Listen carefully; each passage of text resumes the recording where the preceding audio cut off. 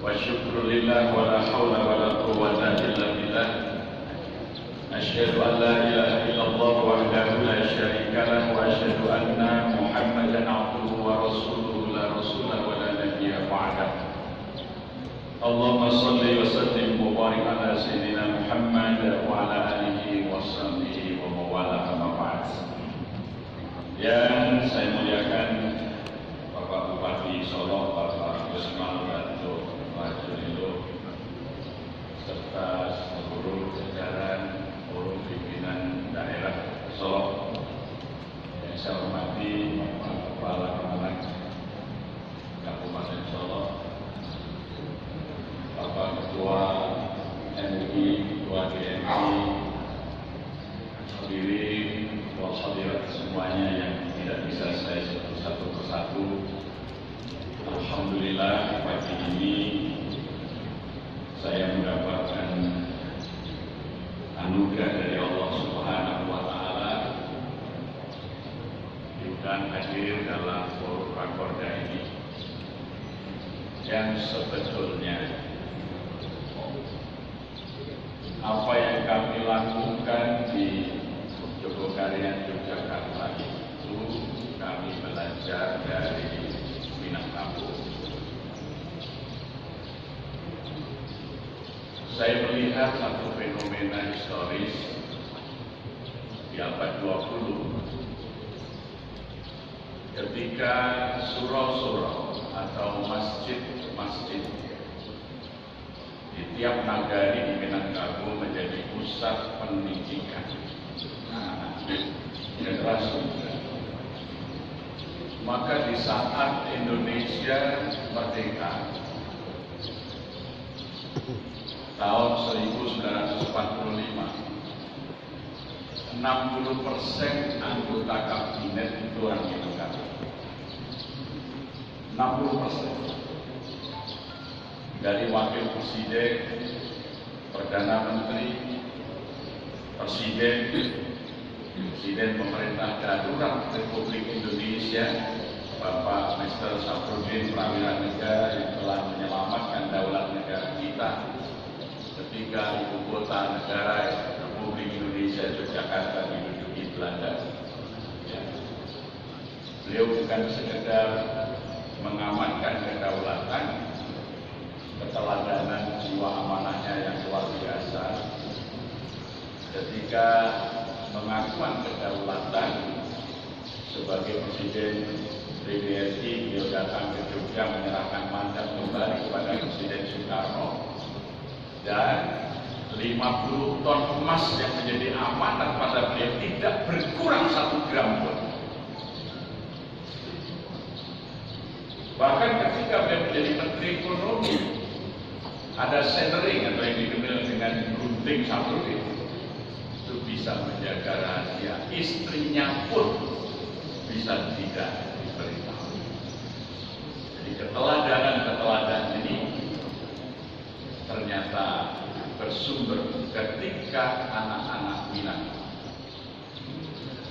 saat sudah balik hidup di Surabaya dan berfungsi apa yang disebut tikul tungku sadarangan milik mama setik pandai dan tahu pulang.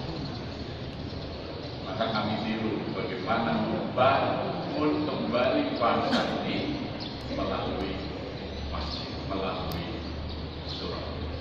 Karena itu memang sunnahnya demikian. Rasulullah SAW memulai sebuah perubahan, membangun peradaban baru dari masjid. Dimulai dari Masjid Kuba, Masjid Nabawi, Masjid Bani Salamah.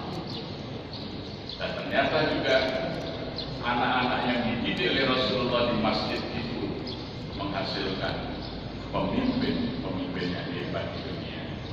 Panglima perang di masa itu yang dididik di masjid, Usama bin Zaid, oleh Rasulullah diangkat jadi panglima besar dalam perang Mu'tah, perang terbesar menghadapi Romawi, masih dalam umur 17 tahun. Tidak bisa bangsa ini kembali kepada kehormatan dan kemuliaannya Kalau tidak kembali ke sumbernya, tidak mungkin sekolah, universitas melahirkan pemimpin, tidak mungkin. Pemimpin yang hebat dalam sepanjang sejarah kemanusiaan itu dibentuk di masjid. Ya, selamat jalan untuk menuju Jakarta dan lancar perjalanannya.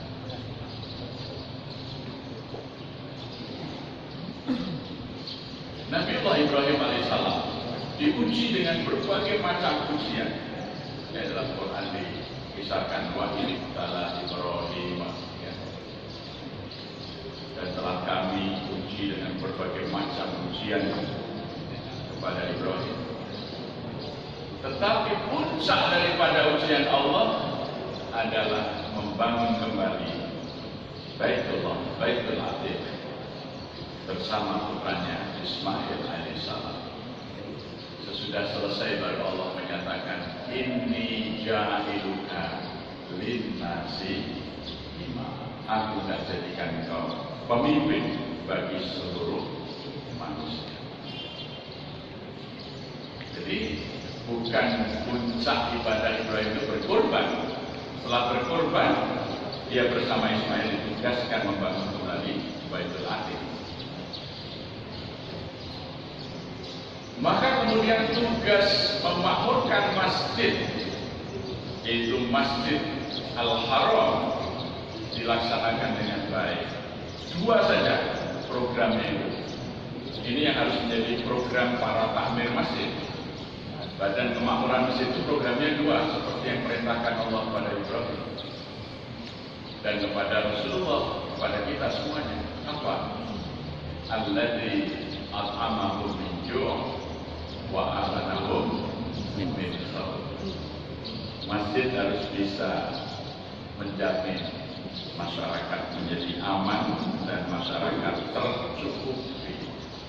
Dalam bahasa Al-Quran surat At-Taubah pada ayat 18 Allah menyatakan innama ya'muru masajidallah man amana billahi wal yawmil akhir wa aqamas shalah wa ataz zakah wa lam yakhsha illallah fa asa ulaika ay yakunu minal muhtadin.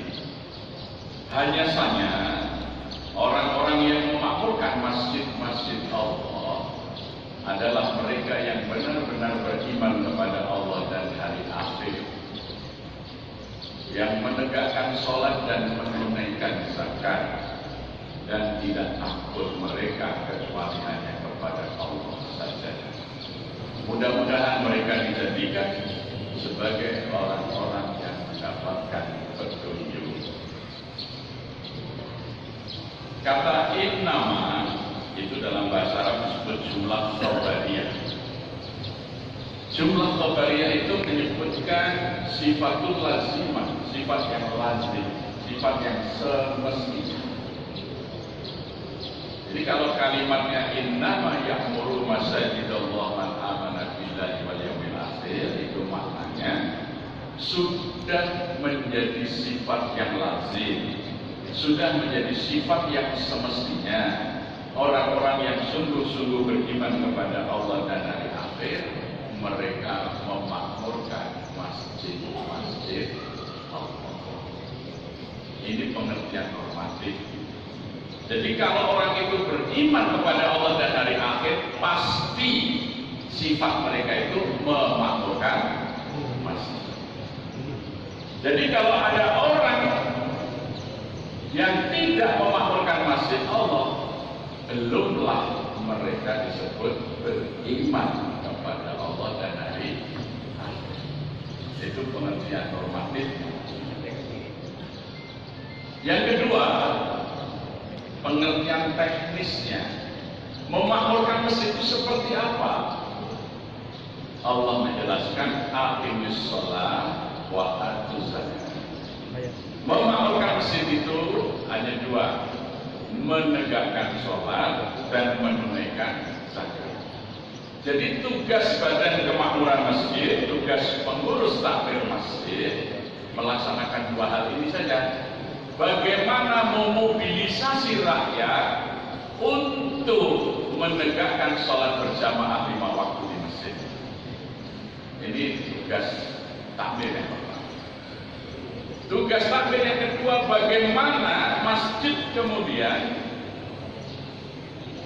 mengembangkan potensi ekonomi jamaah sehingga mereka mencapai kemakmuran dari yang semula mustahil menjadi mustahil. Jadi kegiatan takmir masjid itu hanya dua ini: memobilisasi orang untuk sholat 5 waktu berjamaah di masjid. Yang kedua, memakmurkan masyarakat sehingga menjadi pembayar zakat. Jadi kalau ada masjid tanpa program pemberdayaan ekonomi jamaahnya, itu sesungguhnya hanya melaksanakan fungsi musola, hanya tempat sholat. Kalau masjid harus ada wa'atus zakat, tidak ada perintah menerima zakat. Perintahnya adalah menunaikan. Jadi program masjid itu dicontohkan oleh Rasulullah merubah. Setelah mereka memiliki ahli jamaah 5 waktu, mereka menjadi orang-orang yang memiliki al-quwah al-iqtisadiyah, memiliki kekuatan ekonomi, sehingga mereka menjadi para pembayar zakat. Jadi meskipun masjidnya besar, tulisannya besar, masjid, tapi tidak ada anggaran untuk memberdayakan ekonomi jamaah, itu diganti saja pelangnya musola ya, bukan masjid. Karena dia hanya memfungsikan masjid sebagai tempat sholat. Ya, karena dua fungsi masjid, aqimis sholat wa. Nah sekarang coba kita kupas satu saja. Pertama, aqimis sholat. Bagaimana menggerakkan, memobilisasi masyarakat, rakyat untuk berjamaah 5 waktu di masjid. Ini namanya adzan. Sekarang ini sebagian besar masjid belum melaksanakan adzan. Saya nggak tahu di Solo ini ada nggak masjid yang melaksanakan adzan? Ada nggak? Sebagian besar masjid baru meneriakkan kalimat adzan. Hayya 'alas shalah. Tapi tetangga masjid yang belum sholat, belum sama, tidak datang, dibiarkan saja oleh takmirnya. Ini namanya baru meneriakkan adzan, belum melaksanakan adzan. Karena baca saja dalam surah Al-Hajj, ketika Allah perintahkan fa'adin bin nasi bil hajji ya'tuka rijalan wa ala kulli dhamir ya'tina min kulli fajjin amir. Dan adzanilah manusia agar mereka melaksanakan haji. Niscaya mereka akan memenuhi panggilanmu dengan berbondong-bondong, datang dari segala penjuru yang jauh. Apa yang terjadi? Haji sampai harus dibatasi kuotanya. Umroh juga sampai luar biasa sekarang ini, berbondong-bondong orang melaksanakannya. Padahal perintahnya satu, adzan, fa'adzin. Nah, apakah sholat sekarang orang sudah berbondong-bondong seperti haji sampai mungkin masjid membatasi gelombang pertama, kedua, ketiga? Ya. Karena haji sudah dilaksanakan adanya. Ketika perintah fa'adzin, maka para yang dituakan, para datuk, para sesepuh Quraisy, terutama Bani Hashim, mereka itu menjadi syekh-syekh yang melayani orang haji, menyediakan tempat menginap, tempat tinggal, fasilitas transportasi, kalau sekarang disebut muasasah. Kemudian ada majelis yang khusus mengurus kecukupan air. Tadi dibaca oleh Farid pada ayat ke-19. Sikoyah, mereka yang menyediakan kecukupan air minum, mandi dan lain sebagainya. Ada majelis yang disebut Darun Nadwah yang mengatur perjanjian antar negara untuk melindungi keselamatan orang yang berhaji, membuat tauliyah damai sehingga bulan Dzulhijjah sampai dengan bulan Muharram tidak boleh ada pertumpahan darah, untuk menjamin orang yang mau berangkat haji sampai pulang ke tanah airnya selamat. Maka itu alladzi at'amahum min ju' ya wa amanahum min khauf.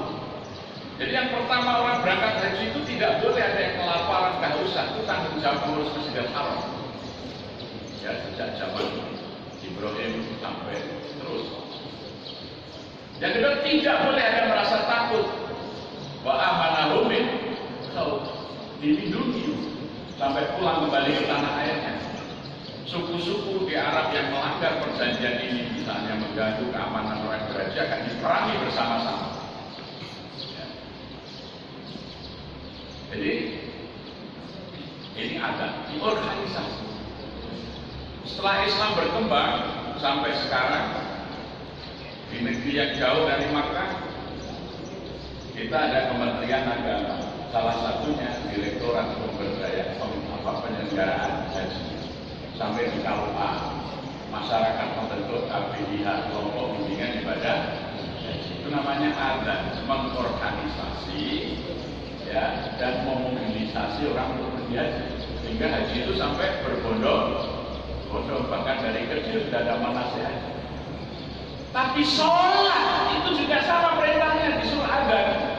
Maka mestinya adzan itu di masjid itu ada yang mengurus siapa yang sudah sholat, siapa yang belum sholat, bagaimana menyolatkan yang belum sholat itu, sehingga mereka sholat, dan setelah sholat bagaimana mereka memenuhi panggilan 5 waktu sholat berjamaah di masjid. Pasti kalau itu dilaksanakan, masjid-masjid akan penuh seperti ketika panggilan haji diadani dengan benar. Jadi kalau sekarang cuma menyalakan speaker ceklek, itu yang nggak sholat ya tetangga masjid tetap nggak akan sholat sampai mati. Yang nggak pernah berjamaah juga tidak akan pernah berjamaah, karena bukan itu perintah adzan. Perintah adzan adalah menggerakkan masyarakat untuk datang ke masjid. Ini tugas ke dewan atau badan kemakmuran masjid. Bahkan Nabi belum pernah itu menyalakan speaker terus adzan, belum ada. Jadi ini yang dilakukan oleh Rasulullah dulu, dan itulah yang kami tiru. Jadi yang pertama coba isian data penduduk ya. Jadi ketika waktu itu kami mendapat mandat dari masyarakat menjadi ketua takmir Masjid Jogokarian, ya. Ini langkah-langkah panesnya, tentukan wilayah jamaah masjid, pendataan jamaah, melaksanakan kegiatan lanjut ke keluar dari sini ke data isian penduduk.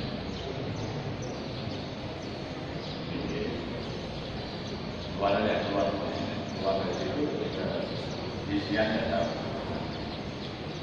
exit.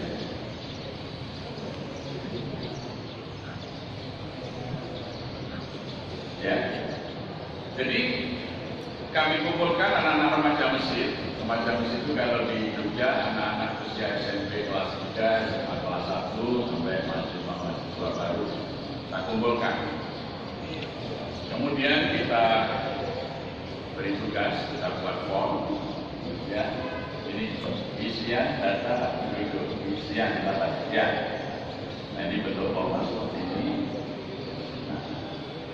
Mereka datang ke rumah-rumah masyarakat untuk mendata, ya, siapa nama kepala keluarganya, tanggal lahirnya, pekerjaannya, penghasilannya, pendidikannya, status rumahnya, mungkin kontrak, sewa, warisan, dan lain sebagainya.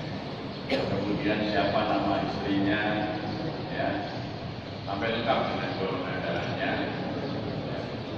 Ini kita adakan namanya sensus masjid. Di masjid itu punya database yang lengkap. Ya, anaknya berapa, tempat lahirnya sampai pendidikannya. Ya. Kemudian kegiatan yang selama ini sudah diikuti di masjid apa saja, dari sholat berjamaah, kajian apa yang kita hadir. Nah, maka database jamaah di masjid kami itu lebih lengkap dari data yang ada di kantor kelurahan. Ya. Jadi kita tahu persis sudah sholat atau belum, sudah bisa baca Quran atau belum, ya sudah berzakat atau belum. Maka dari isian data ini kita buat software masuk ke dalam peta jamaah. Ya. Jadi wilayah Masjid Jogokaryan itu meliputi wilayah kampung, satu kampung itu 4 RW, 18 RT, 907 kepala keluarga, 2.973 jiwa. Di situ ada 5 mushola, 1 masjid. Ya.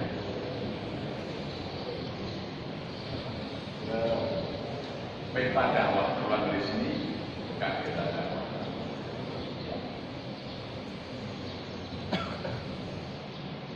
Ya, jadi peta dakwah. Dan kuning di tengah itu Masjid Jogokaryan, kota-kota kuning itu musola-musola yang ada di kampung Jogokaryan. Musola. Kotak merah ini rumah yang dihuni oleh warga Muslim. Kotak hijau ini rumah yang dihuni warga yang merah rumah yang dihuni warga Muslim. Kotak hijau itu dihuni warga Muslim. Kotak hijau ini bergradasi, kalau hijaunya muda berarti penghuni rumah itu Muslim tapi belum sholat. Kalau garisnya itu muda berarti penghuni rumah itu sudah sholat tapi belum aktif berjamaah di masjid sholat.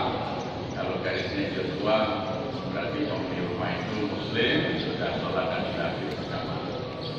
Kemudian kalau ada gambar Ka'bah berarti kepala rumah tangganya sudah haji. Kalau ada gambar rupiah berarti dia muzaki. Kalau ada gambar unta berarti sohibul kurban. Ya. Kalau ada gambar Quran berarti sudah bebas digaul Al-Quran di rumah itu. Ada huruf A, B, A, B, O itu jenis golongan darah yang ada di rumah itu. Ya. Jadi kita lengkap. Ini jadi tanggung jawab ambil masjid.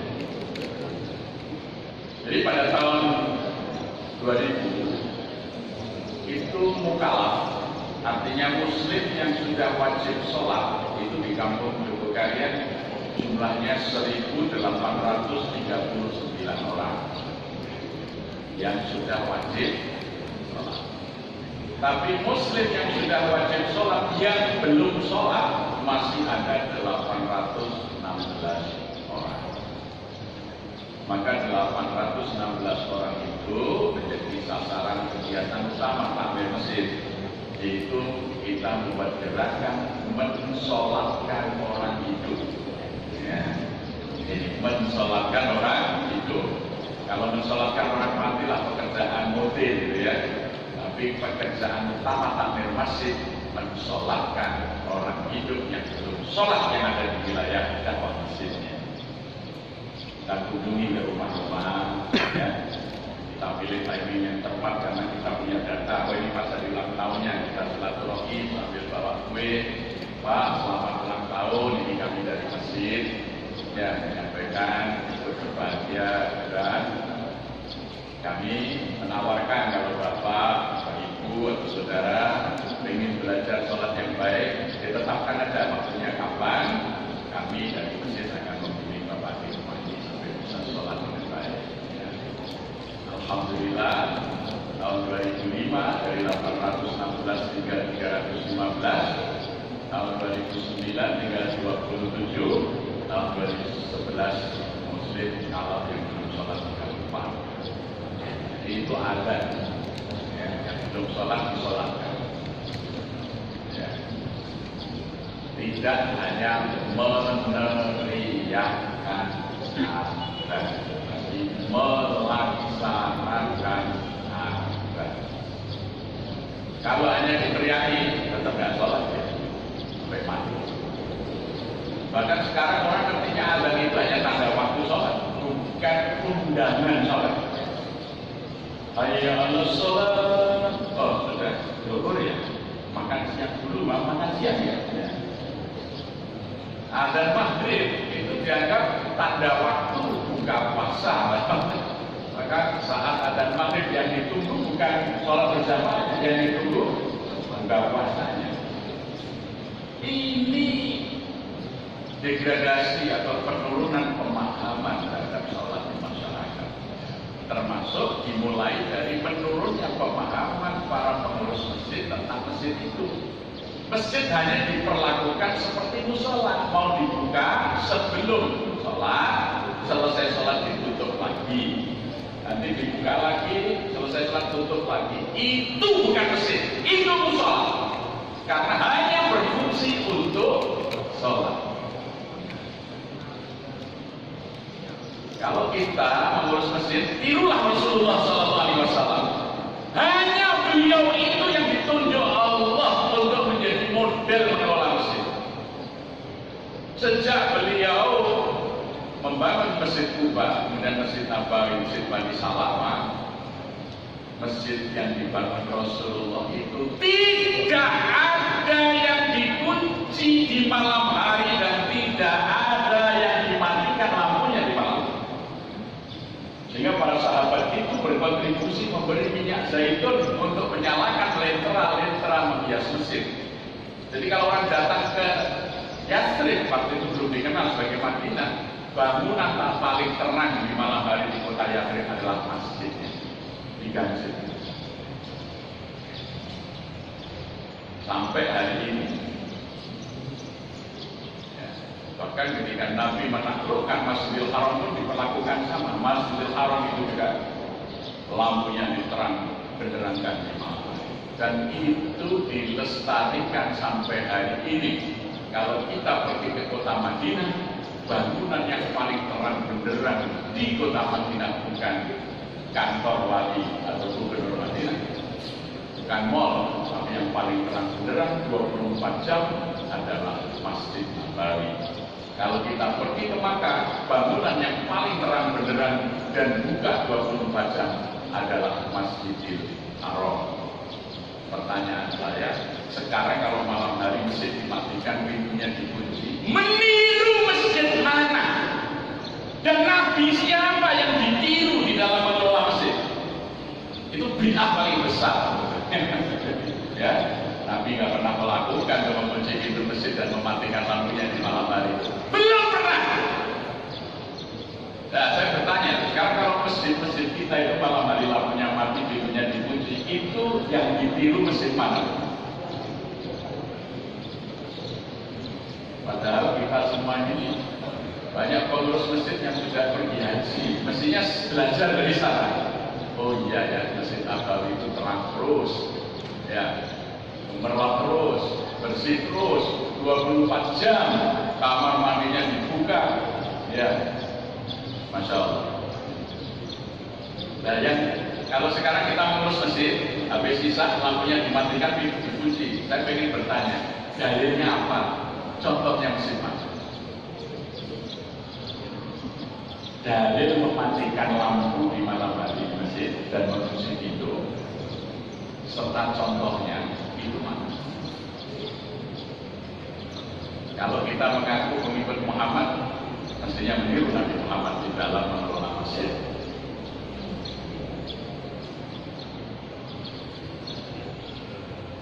Maka masjid di masa itu menjadi pusat peradaban. Ya. Tata ruang kota itu pusatnya adalah masjid. Masjid itu titik 0 kilometernya.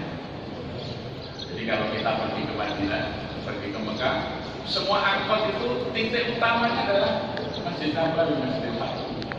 Coba bis kota, taksi, semua akan kata haram, haram, haram. Karena semua tujuan dari transportasi itu sentranya di masjid.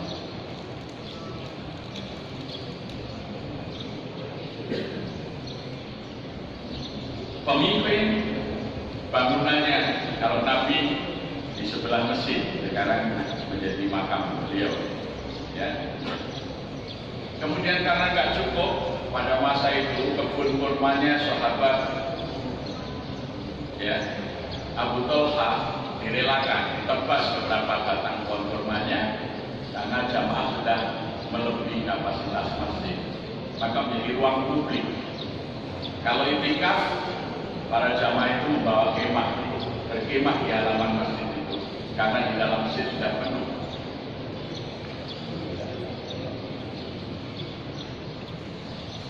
Ya. Maka karena masjid selalu penuh 5 waktu dengan orang datang, maka orang di situ cari kebutuhan. Oh, mau sholat, mau bersiwak, maka orang jualan siwak. Ya, malas mau itikaf dulu pulang nggak ada makan, ada orang jualan makanan. Lama-lama sekeliling masjid itu tumbuhlah pasar. Maka kota dibentuk oleh masjid. Ini disebut campur kata tunggal. Masjid, rumah pemimpin, ruang publik, dan pasar. Ini tata ruang dalam kehidupan masyarakat Islam. Titik nolnya itu masjid. Masjid yang membangun peradaban. Ya, pasar itu tumbuh karena ada masjid, karena ada hukum. Kalau ada traffic, ada keramaian, maka pasti ada transaksi. Maka kalau masjidnya ramai, ekonomi akan tumbuh di sekeliling masjid. Sekarang tanah paling mahal di dunia di mana? Di sekitar Masjidil Haram dan Masjid Nabawi. Ya. Hotel paling mahal di dunia di mana? Yang paling dekat dengan Masjidil Haram dan paling dekat dengan Masjid Nabawi. Jadi sehingga biro-biro perjalanan itu kalau iklan jarak dari masjid sekian meter, sekian kilometer. Maka masyarakat akan dibentuk oleh masjid menjadi peradaban yang terbaik di dunia. Rasulullah menyatakan khairul makan al-masjid wa syarrul makan asyid. Sebaik-baik tempat masjid dan seburuk-buruk tempat itu adalah pasar. Jadi tidak mungkin kita bisa membangun peradaban terbaik kalau pusat kegiatan masyarakatnya bukan di masjid tapi malah di pasar. Karena di pasar itu nilai yang dibangun adalah materialisme. Maka kalau masyarakat dibentuk oleh pasar, masyarakat itu berpikir materialisme. Tidak mungkin inna akramakum indallahi atqakum itu hanya dari masjid, di pasar tidak ada. Di pasar siapa yang mulia? Yang paling banyak uang.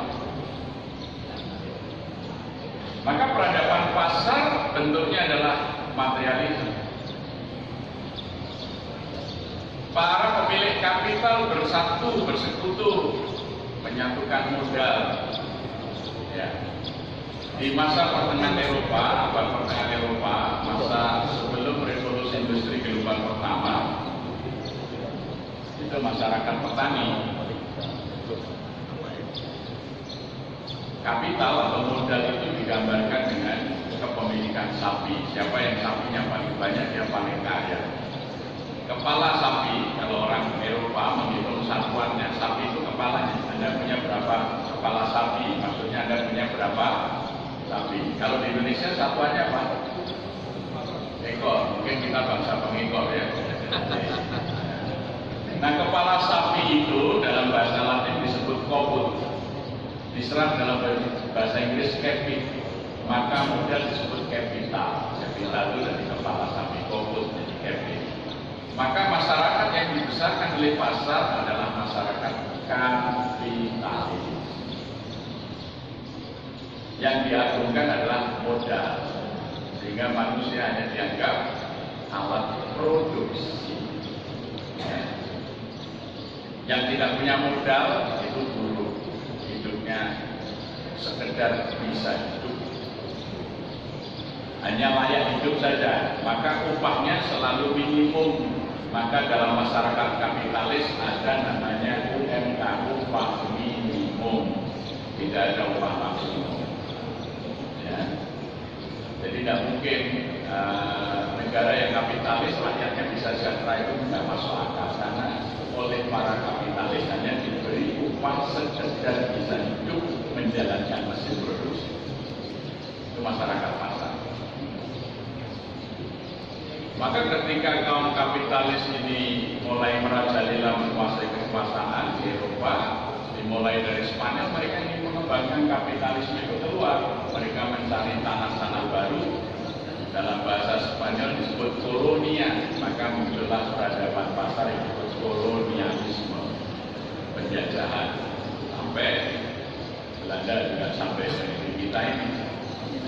Ya, para entrepreneur para administrator perkebunan itu hidup kaya, para kapitalis kaya raya, tapi rakyatnya hidup miskin karena hanya jatah sekedar bisa hidup.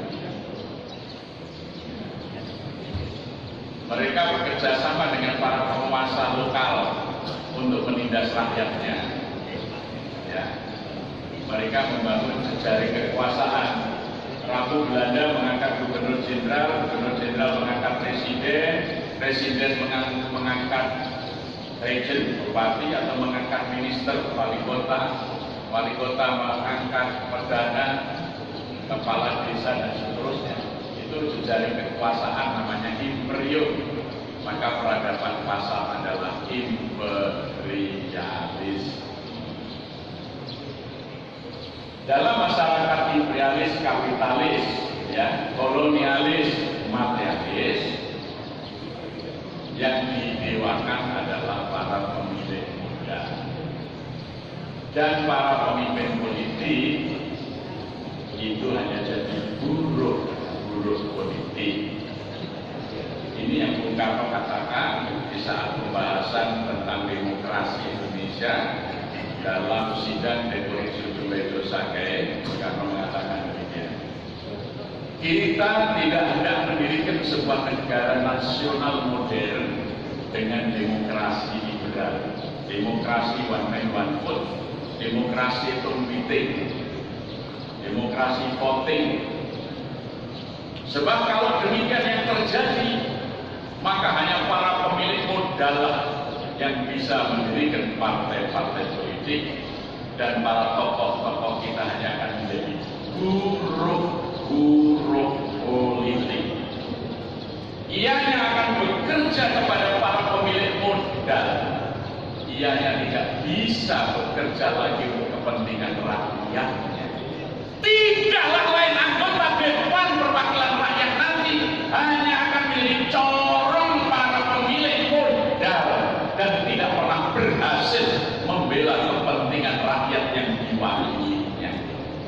Ini Karno sudah mengingatkan kalau sampai demokrasi itu bangun, itu nanti adanya buruh presiden, buruh menteri, buruh gubernur, buruh bupati, buruh DPR. Karena dia hanya bekerja untuk kepentingan para investor, tidak bekerja untuk rakyat. Dia membela investor, menetapkan upahnya jangan tinggi. Memberangus semua izin yang menghambat investasi, tapi tidak ada aturan yang memakmurkan dan mensejahterakan rakyat. Karena semua aturan dibuat oleh para investor, para pemilik modal. Maka di negara yang basis masyarakatnya imperialis, kapitalis, materialis, kolonialis, tidak ada leader. Presiden hanyalah leader. Karena dia mewakili kepentingan modal, tidak mewakili kepentingan rakyat. Itu, ya. Nah, tapi kalau masyarakat ke Mesir akan melawan seluruh bentuk kekuasaan jahat pasal ini, maka waktu itu disepakati bagaimana sistem demokrasi Indonesia itu pada sila keempat, kerakyatan yang dipimpin oleh hikmat kebijaksanaan dalam permusyawaratan perwakilan. Yang boleh mewakili mereka yang sudah memiliki hikmat kebijaksanaan, terdidik, cerdas. Itulah wakil-wakilnya secara kualitatif, bukan secara kuantitatif. Demokrasi yang kualitatif, seperti pada masa memilih Sayyidina Umar bin Khattab dibentuklah Abdul Halim Al-Abdi. Itu yang dimaksud dengan sila keempat dalam Pancasila itu. Jadi kalau pemilihan langsung ini bukan Pancasila, tapi ini menurut kepentingan para pemodal asing yang mensponsori adanya amandemen Undang-Undang Dasar 1945. Maka apa yang terjadi? Nasib rakyat semakin sulit. Ya. orang asing semakin mencengkram kekuasaan negara. Bung Hatta dulu, Bung Hatta ini orang Minang mengatakan itu apa sebetulnya kita merdeka. Bung Hatta mengatakan kita ingin merdeka karena kita ingin pribumi Indonesia seperti si Bromo, si Market, rakyat jelata kita semua. Tidak ada yang hidup sengsara di tanah airnya yang kaya raya. Kita ingin merdeka karena kita ingin pribumi menjadi tuan di negeri sendiri. Kita tidak ingin pribumi hidup sengsara di tanah lahirnya yang kaya raya, sementara orang asing berfoya-foya atas kekayaan negara. Jadi kalau Bung Hatta, apakah kita sudah merdeka hari ini? Barangkali benar dalam Undang Dasar 45 dikatakan, dan perjuangan pergerakan rakyat Indonesia telah sampailah kepada saat yang berbahagia yang mengantarkan rakyat Indonesia ke depan pintu kemerdekaan. Jadi sampai hari ini kita masih termangu-mangu di depan pintu kemerdekaan. Maka bagaimana memerdekakan bangsa ini? Harus kembali ke peradaban asas kita, yaitu masjid. Ya. Maka dulu setiap nagari di Minang itu pasti punya suro nagari. Suro nagari disitulah alim ulama, nini mama, ya, itu, dan tertib pandai menggembleng anak-anak dari kecil, disiapkan jadi calon-calon pemimpin, ya. Sehingga luar biasa. Siapa yang membentuk bangsa Indonesia? Siapa yang membentuk bangsa Indonesia? Bangsa Indonesia ini dibentuk oleh anak-anak muda Minangkabau. Tahun 1921 ada 3 anak Minangkabau yang belajar, yang cerdas, yang menonjol. Mereka menghimpun seluruh pelajar Hindia Belanda untuk berhimpun di dalam Indische Vereniging, perhimpunan pelajar-pelajar Hindia Belanda di Belanda. Setiap 10 hari mereka mengadakan stadium general. Ketuanya umur 19 tahun, namanya Dato' Nasir Mahmud. Umurnya 19 tahun. Dan sekretarisnya orang Jawa Timur namanya Ahmad Subarjo. Bendaharanya umurnya baru 16 tahun, namanya Muhammad Hatta.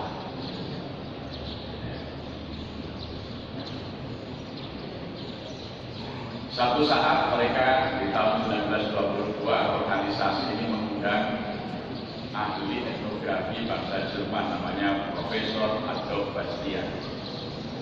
Dalam kajiannya itu, Profesor Adolf Bastian menceritakan tentang benua yang hilang. Dulu ada benua ke-6 yang memanjang dari barat sampai ke timur, Madagaskar sampai Tanjung Harapan. Itu namanya benua Indonesia. Maka Nasir Mahmud mengambil kesimpulan, kita ini bukan bangsa Hindia Belanda, kita ini bangsa Indonesia. Maka kata Indonesia itu dijadikan nation imagination, imajinasi kebangsaan. Jadi kita harus merdeka, tidak lagi pakai nama Hindia Belanda, kita pakai nama bangsa Indonesia. Maka Indische Vereniging itu langsung dirubah namanya menjadi Perhimpunan Indonesia di tahun 1922, dan Bung Hatta memimpin redaksi majalahnya. Oleh Bung Hatta diberi judul Indonesia Merdeka. Anda bisa bayangkan tahun 1922. Sehingga Nasir Mahmud itu, ya, orang tuanya sebagai gubernur diancam oleh pemerintah Hindia Belanda, kalau anakmu aktif, kamu dipecat. Akhirnya Nasir Mahmud dipaksa pulang oleh orang tuanya. Bilang, Hatta nggak mau pulang. Hatta ekspor, tidak boleh melanjutkan pendidikannya selama 2 tahun. Orangnya di middle yang namanya Indonesia Merdeka. Tapi sejak itu justru Hatta bersumpah, saya tidak akan menikah, saya tidak akan kawin sebelum Indonesia merdeka. Ingin mewujudkan itu.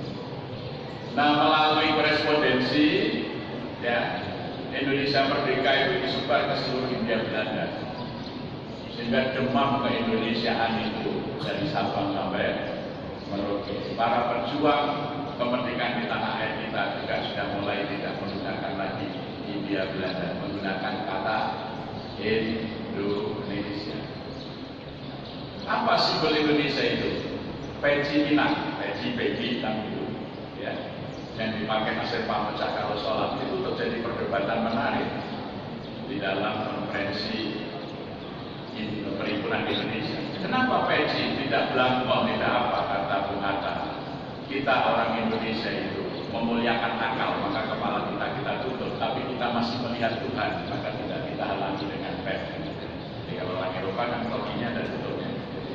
Jadi kalau orang Indonesia pakai peci hitam ini, dia memuliakan akal tapi menghormati Tuhan, dia masih melihat Tuhan. Maka peci hitam itu menjadi simbol kebangsaan Indonesia. Maka presiden yang dilantik, wakil presiden yang dilantik harus pakai peci hitam karena simbol Indonesia, itu simbol kebangsaan. Ini provokatornya anak belasan tahun. Nasir Pamocak masih 19 tahun, Hatta 16 tahun. Itulah yang membentuk bangsa Indonesia. Nanti dikuatkan pada tanggal 28 Oktober 1928. Siapa yang menyusun teks Sumpah Pemuda itu? Master Muhammad Yamin. Orang mana? Iya.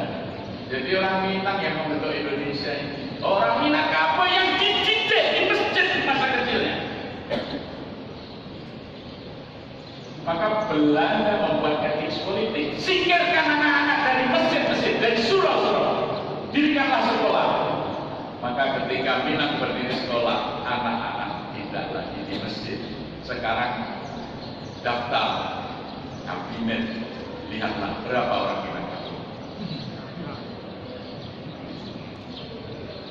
Bandingkan ketika Indonesia merdeka, 60% anggota kabinet negeri kita orang Minang. Ini pengen dilahirkan di masjid.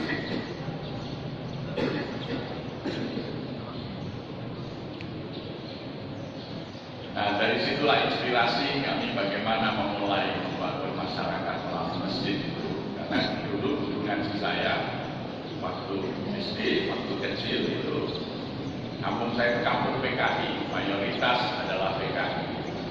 Waktu pemilu 55 PKI 78%. Yang sholat bisa dihitung dengan jari, nggak ada mesin. Mesin itu baru diletakkan batu pertama tahun 1966 setelah operasi penumpasan di 13 PKI. Tapi waktu itu begitu mesin selesai dibangun tahun 1967, orang-orang tua kami mengundang mahasiswa IAIN dan Kalijaga. Ya, ada 3 yang dari Minang, ada Pak Raisul namanya, ada Pak Rosi, dan kemudian ada Pak Dahlan. Itulah yang membina masyarakat kita, mengurus mesin. Dari kecil, seperti dia cerita pengalaman kita ini, kalau sore ke masjid apa? Menyalakan lampu, masih pakai lampu minyak ya. Kemudian yang agak besar itu menyalakan lampu di rumah. Ya.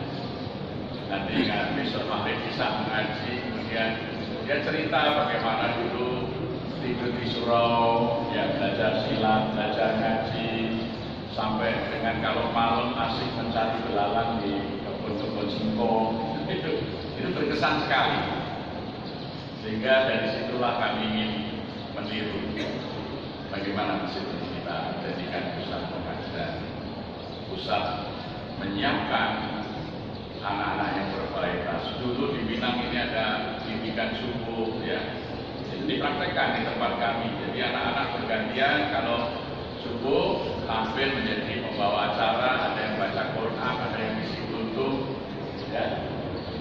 Kami praktekkan. Dulu di Minangkabau ini, di seluruh Sumatera Barat ada namanya TPSA, Taman Pendidikan Seni Baca Al-Quran. Itu ada metodenya namanya SAS. Ya. Kami tiru juga. Ya.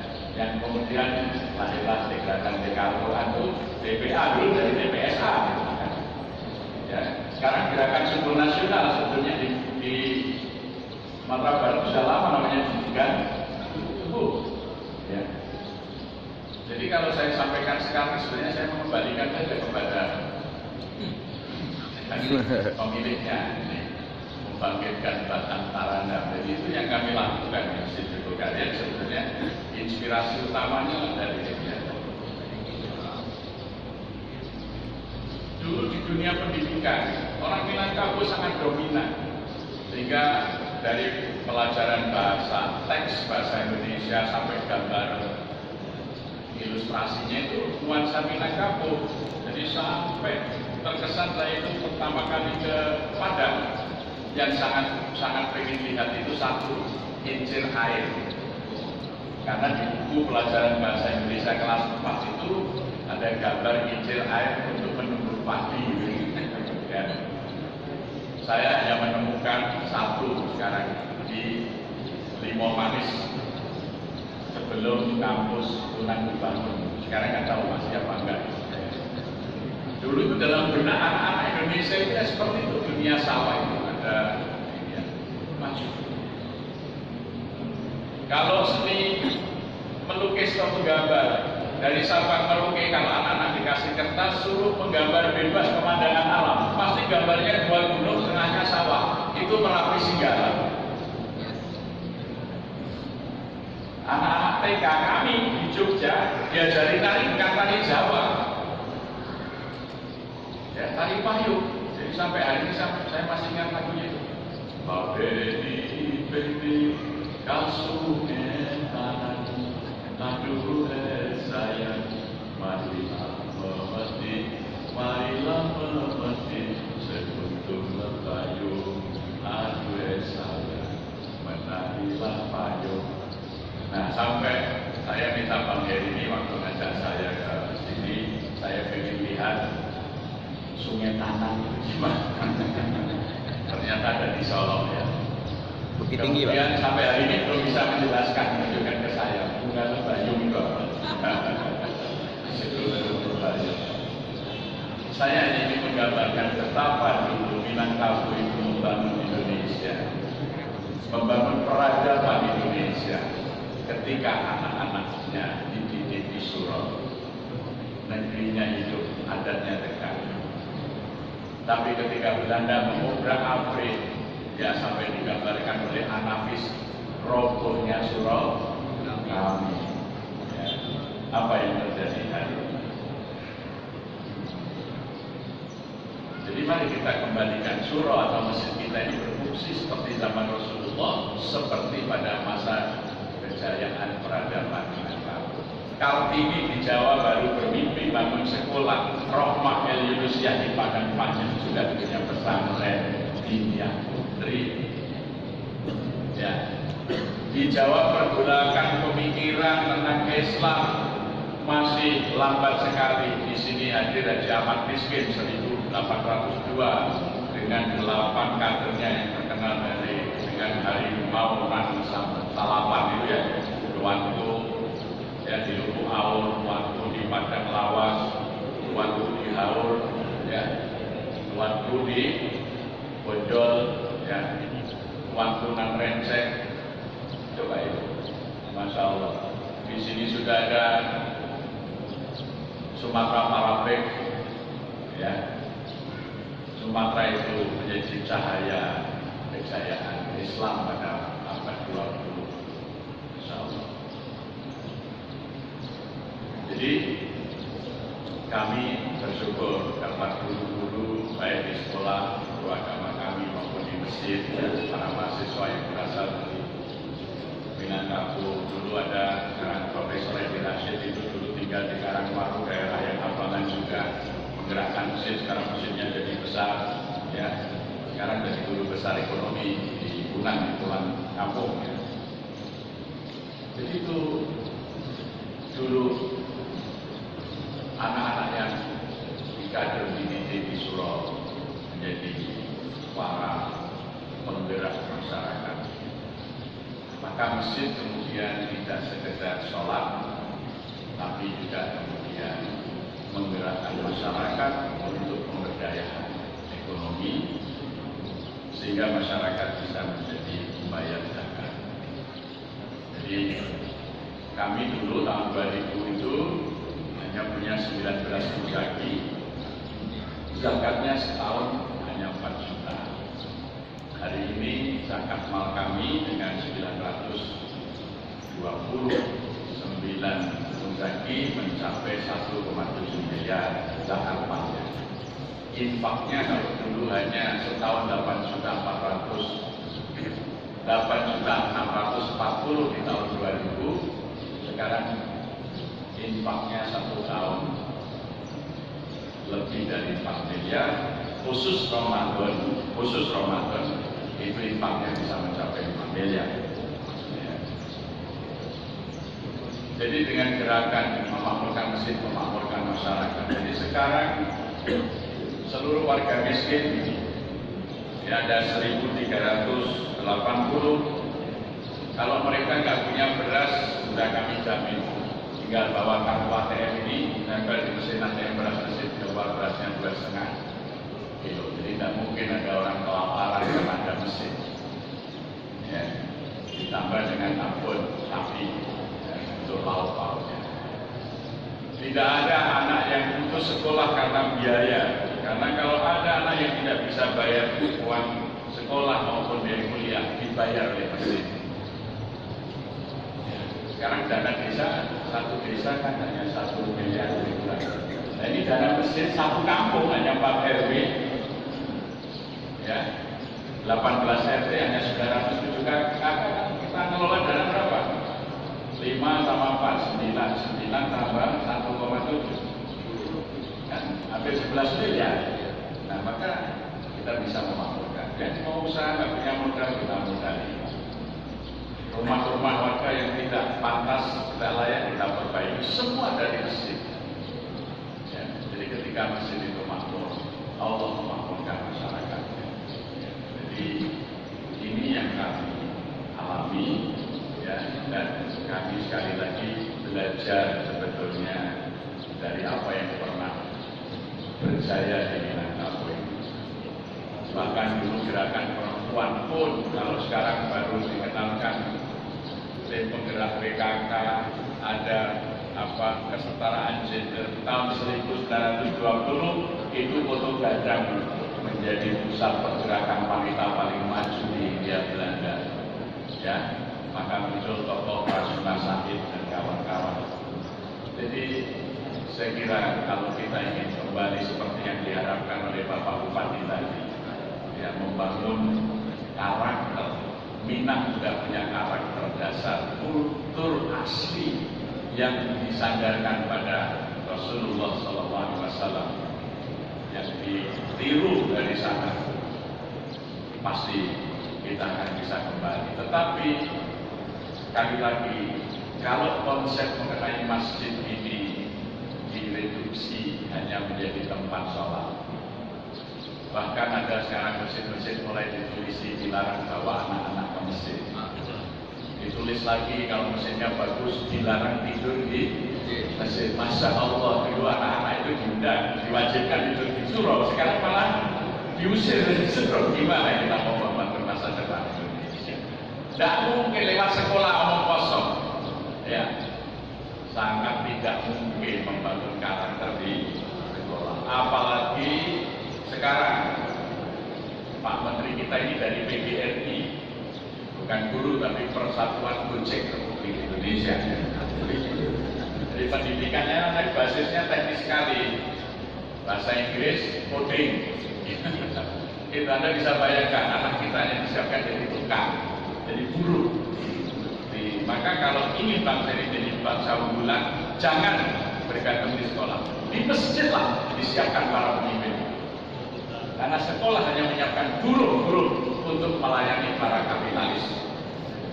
Nyata sekali konsepnya, ini sebenarnya bukan Menteri Pendidikan, dia Menteri Persiapan Tenaga Perguruan, kalau saya melihat. Karena anak itu hanya dipandang sebagai alat produksi, supaya bisa mengikuti kebutuhan pasar industri pada era 4.0 industri kita. Jadi saya kira ini ya. Jadi saya kira kita punya akar historis, akar budaya yang kuat, dan kita tidak mungkin bisa meraih kemuliaan dan kejayaan kecuali kepada sumbernya yang asli. Kami sendiri juga merasakan sekarang anak-anak masjid kami secara akademik pun menjadi anak-anak yang menonjol, ya, karena di masjidlah kepemimpinan ditanamkan. Ya, kalau teknis di sekolah, tapi kalau kita mengharap anak-anak kita jadi pemimpin tidak mungkin. Kalau kau jadi pemimpin juga hanya jadi petugas, ya. Kalau dulu kan presiden itu mandataris rakyat, sekarang presiden hanya petugas partai kan gitu. Jadi menurun derajatnya. Ya. Saya presiden itu mandataris rakyat, sekarang tidak lagi. Sekarang presiden adalah petugas partai. Jadi jangan harap negeri ini lebih baik kalau kita tidak punya pemimpin. Pemimpin hanya akan dilahirkan yang bertakwa di sini. Jadi inilah yang menjadi dorongan terbesar. Marilah kita bangkitkan kembali melalui masjid.